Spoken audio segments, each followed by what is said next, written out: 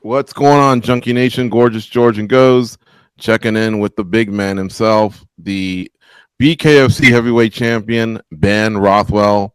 He has signed a fight at KnuckleMania early in 2026. Ben, I can't believe a whole year has gone by, man, since the last time we saw you. Thanks When for you won the reminding title. me. Real cool, Mr. Gorgeous. Well, I don't sign. I'm not the matchmaker. So what happened in 1 year that you didn't get booked again? Well, I was on a poster to be the main event in Australia, and that would have been July 13th was the date for that. So I should have fought 6 months ago. Unfortunately, Perth, the county of Perth, the state of Perth, Australia, their government, their very liberal government, stepped in and said, this is too barbaric. We don't want it. Get rid of it. They came down on the commission really hard, and essentially they got it banned, completely banned in Australia. The funny thing is that 2 weeks after we were officially done, the UFC went on for sale for a September event in Perth, Australia. Isn't that funny? Yeah. Well, I saw that against Alex Simon. It was in the middle of the year, but that's still 365 days. Nothing else came up. I thought I was going to fight an October 4th event in New Jersey. I was really looking forward to like that. I thought it was going to be good. Big card, Platinum Perry was the main event. It was kind of the whole thing. And I heard, they told me initially I was going to, and then it didn't. And then I was getting told, maybe you're going to fight November, maybe December, this, that, something big. I didn't know how big, and I didn't know about a main event. I'm just like, I just want to fight. I've been the co-main event multiple times. It's kind of like what I'm used to. It's what I'm doing. And boy, did they drop a surprise on me. I'm not just the main event. I'm the main event of the biggest BKFC in the company's history. We're looking to outsell the one that I was co-main event on January 25th when I won the title. It was a massive event, 17,700 fans. We sold out the Wells Fargo Arena. They've readjusted, and now it's the Xfinity Mobile Arena. They've readjusted some seating, and we can beat that record. And they've already sold out half of it with it hasn't even been advertised yet. And they've already sold half the arena. So I'm looking for another sellout. And the Philadelphia crowd is probably the most exciting crowd I've ever got to fight in front of. So for me, it was such a high moment, not just to win the title, but to win the title in front of that fans. And I must have made an impact because now I get the main event on the biggest event in the incredible fight town of Philadelphia. So I'm pretty excited. Can't you tell? We can. And folks, yes, but it's KnuckleMania 6 on February 7th. His opponent will be Andre Arlovski. So I guess in essence, you were healthy this year. It wasn't on you that you weren't fighting. No, and I don't know we can clear that, right? I don't know how many. I'll just put it out there. There's lots of comments. I'm pretty sure it's just a couple people that make multiple accounts. They act like rats and they go on social media and they say all this stuff. Why isn't he fighting this other guy? Why isn't he fighting this guy that's got this bigger record than Andre? Blah, blah, blah. And they keep putting Ben's running, Ben's hiding, Ben don't sign the contract. Even the opponent says I don't sign the contract. I'm like, this is not how this works at all. I don't pick. They're like, this is who you're fighting. I go, okay. They have to send me a contract. The company makes the fights. The company decides how it goes. This is obviously we're huge, two big names to put on this card. There's a reasoning for everything, and a lot of it I don't even know and understand on the behind the scenes of the business of everything. And frankly, I don't care. I get to be in the main event on this massive event, and I know what I need to do, and I know what I have, what I go in front of me, and that's all really that matters. What I did remember was last year before the Terrell fight, you were meeting deadlines to complete that beautiful gym behind you. So you were kind of like juggling a bunch of things. You pulled it off because the gym is there, looks great. You won the fight, and so going back to the gym, has everything panned out as you wanted? Is everything pretty much complete as you wanted? I'm not going to have that crazy outside stress of juggling multiple things this time around. I don't know if that's good or bad. Maybe that pressure on me, but I can only see it as a good thing because a lot of that pressure had nothing to do with the fight. It was just like we had a lease that we had to be out January 1st. They're like, listen, the new tenants are going to start knocking down walls and building, and we got this open officially December 26th. So pretty close. we pretty close. And I mean, I had family and friends and everybody working around the clock. My brother put in numerous hours to put those cage panels up and put those mats in behind me. Right at the end, everything was like done. And then you're like, the one last step is I just got to move the old gym to the new gym. And that's not as easy as you think. It was I think I had something like 53 of my friends and family showed up with trucks and trailers and everything. And then within one day, we moved the gym over. But once all the stuff got over here, about 50 of those people left, and then like my brother and a couple very hardworking guys stayed and started putting those cage panels in. They had to cut the puzzle pieces, and that stuff it's just tedious. It takes time, and they were just working around the clock those last couple of weeks, but we got it done. So I'm just very thankful that my gym, it kind of represented my gym had done for the last almost 14 years. We built a community. We built a community and people really rallied around us and they wanted to make sure the gym was open and going to do good. And so it's what it's about. Like my name's on it, but I always say I would have named it whatever. It's the Kenosha's gym. This is a Kenosha's martial arts gym because it's not, it doesn't matter where this gym goes. The community is what makes it. And that's what rallied around and made it happen. Anyway, the pressure is still on. Like I have this to represent, though. You know what I mean? I'm like, I fight for the fans, but I also fight for what's behind me. There's like a group of people that really they put a lot into me. They help me train. They show up. We're a year later. We're still open. We made it our first year, and we've grown. You know what I mean? We added on a little over 100 more memberships from the old place to the new place. So all of that is good. The community's great. And I'm really just locked in and focused. I've been in a training camp the whole year though. Yeah, I didn't fight for the year, which is a bummer. My opponent went and got 3 fights knocked out of the way, so Andre is sharp and ready. He's coming for me. But I trained the whole year. I thought I was gonna fight early summer, then it was the middle of summer, then it was October. I've just been in this nonstop training camp, and I just really trying to make sure I put in my rest period so I don't get burnt out. And I could fight right now. I mean, let's just be serious. I'll let Goes ask the next few questions since you're ready to fight. I want none of that. Go ahead, Goes. Well, obviously you have a history with Andre, but it was mixed martial arts, and everybody talks about bare knuckle being such a different beast. Is there anything you can take though from those exchanges before that can be applied to this fight? It's just this one big thing. The very first time I fought him was 2008. I was on a big win streak, but Andre had been on the big stages. You know what I mean? He had already been a UFC champ and been in the big spotlight. And they always talk about the UFC jitters and stuff like that. Well, I came up and then I got to the IFL, and the IFL was like a good place. Like I thought I knew what the big lights was about. And then the Affliction event was like all of the UFC event. It was sold out, Anaheim, California. Crazy. Honestly, that had after I went to the UFC, and even in the UFC, it was like the promotion, all like flying around the country doing all this stuff. The UFC wasn't even that. Like the Affliction really was this massive event for me. A lot of stuff went into it, and I didn't want it to happen, but 20-year-old Ben just didn't pull the trigger. I just got in. I was very hesitant.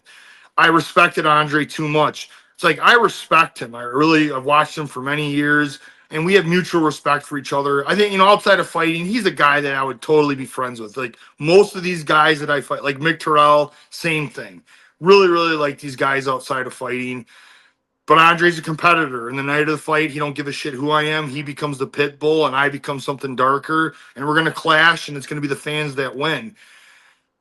But that hesitation, even though it's just a split, a little bit of hesitation, a little bit of not being myself. That's all Andre needed to get a win, especially at that high level. And he was ready. He was ready. He went in there and he fought really good. And then fast forward about 10 years and we meet again in the UFC. So I should have the jitters out of me and all that. But There was another set of circumstances that it's more personal. My management knows. Several UFC medical directors were fired. Like, I don't want to make excuses, but just say there were some major things that happened. And even with all that against me, I still made sure Andre knew he was in a fight in the third round. And I was pretty sure I was very, very close to beating him that night. He won a decision. Same thing, though. He started getting off. He was more aggressive in the first couple rounds. He got enough points. He got the decision that night. But I know that give me another round or give me just another minute, and I'm pretty sure that I had that fight won. Doesn't matter. He's got 2 wins against me. And with all that said and done, he got those on me. And those were major events for both of us, and they helped him out in his career. But this, for me, of all these 3 fights, this is the biggest one. And if there's one that I need to win, it's this one. This is the one that sets up how I get to finish my career. There's a lot of stake after this fight. So the pressure's still there, and I got a lot to prove to him too. I mean, bare knuckles a different beast. Andre in his fights, he landed some kicks, he landed some takedowns. He can't do any of that. He literally has to deal with the 2 most dangerous weapons on this planet right now, and I'm gonna show you what I mean.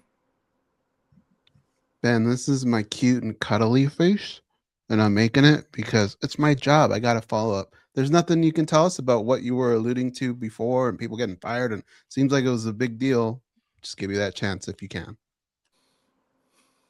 Yeah, real quick in that. So we fought in San Antonio, and I'm a big advocate of doing my medicals months ahead of time. Like, a lot of fighters want to wait till the week of the fight. That's ludicrous to me. Why do you want to deal with this kind of stuff last second? You have to do it. The commission's going to make you do it. Get it done as fast as you can. If it's a 30-day thing, then I want it done on day 30. Like, if it's blood work or something, and if it's anything I can do sooner than that, like an MRI, anything like that, do it. I'll do it 3 months ahead of time if I can. So I did my thing months ahead of time from this event, and the medical girl said, "Yeah, you're good." And I go, "Are you sure?" In emails, in writing, "Yeah, you're good." And like kind of dismissing me, like she don't want to deal with it. She's so busy, blah blah blah. Okay, fly in. I thought everything's done. I'm told I'm licensed, and we get there Tuesday. I'm there Wednesday. Wednesday late at night, I get told, "Hey, you in on Friday, but you're not done with your medicals. You're not licensed. You have to go Thursday immediately to one of the dirtiest hospitals in the country in San Antonio. You can look up which hospital it is, to do not just an MRI. They're going to glue sensors all over my head. This is like a 3.5-hour ordeal. Weigh-ins the next day." Damn. I'm like, cool. And I'm mad as hell. I'm so mad. But I'm like, cool. So I get to this hospital. I shit you not. There's a dead body laying in a zipped up bag in the entranceway when we get there. Like it's in the hallway a little bit, but I've never seen anything like that in my life. And we walk in, I got some people that came with us. We're just like, oh my God, like, what the fuck is that? And like, we get in, there's people fucking coughing and hacking, sickness everywhere in this fucking hospital. It's terrible. Long story short, by right after, like into Friday, my lungs are on fire and I'm sick. Like, I end up getting some sort of lung infection. After the fight, I get sent to hospitals. They do CAT scan, all sorts of shit on me. It ends up some sort of virus. There's nothing they can do, and I had to fucking suffer for a couple weeks after the fight. But it most definitely affected me in the fight. And like I said, I'm not one to make excuses. It is what it is. I still fought 3 rounds. I wasn't gonna quit, but I certainly didn't give them my best, and that too pisses me off. I just want to show them my best just once here. Well, I think just half of your story would have affected a normal person, let alone catching something It's while you're fucking there. bullshit. Hey, Well, anyway, they got fired, so I knew it wasn't. Yeah, like, people got Mhm. fired. People lost their jobs over it. I wasn't the only one that got fucked up from that. I don't know anybody else got sick, but they screwed over a couple other guys too, and probably lost a pretty good job. Wow.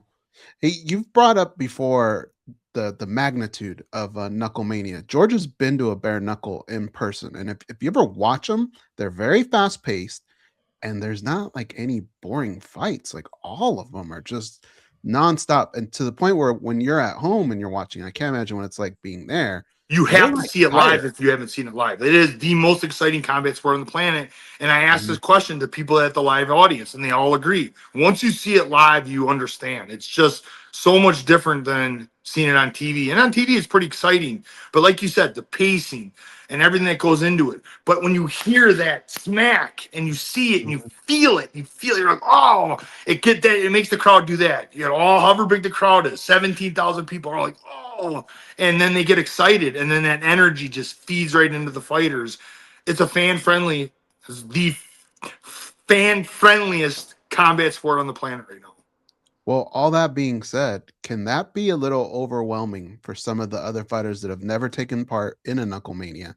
Even bigger venue now, and your opponent, Andrei Arlovski, I know he's a veteran. I know he's seen a lot. Both of you guys have fought in multiple major organizations, but it's a different breed. Do you think even that kind of comes into play sometimes for fighters? I performed very well in bare knuckle. Essentially, like I said, it was every bit as big as the biggest. I don't. In fact, I think it might have been the biggest crowd I've fought. I know the UFC's had some big ones. But I just personally have.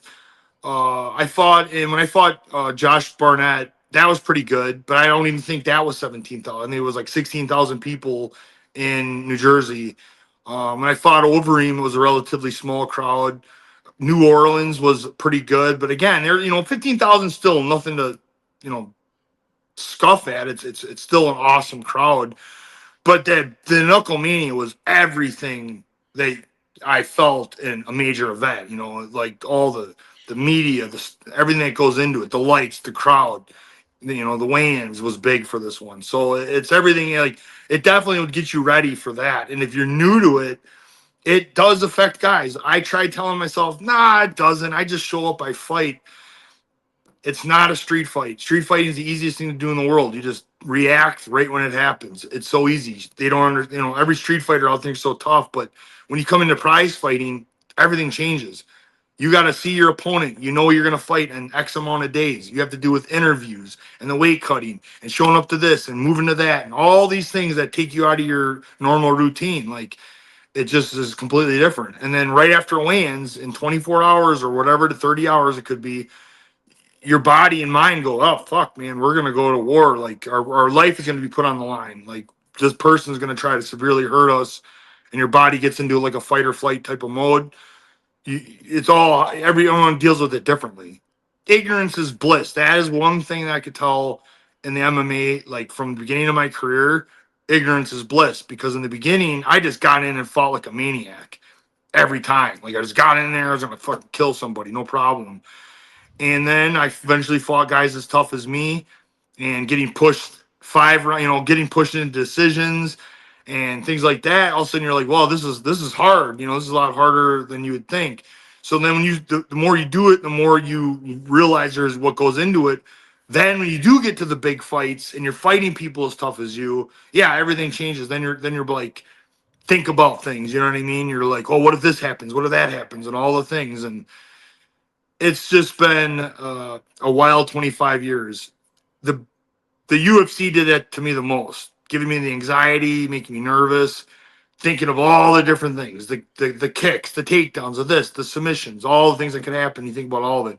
And bare knuckle, man, I got to wipe the slate clean. I'm just like, I'm gonna go in there and fucking smash somebody.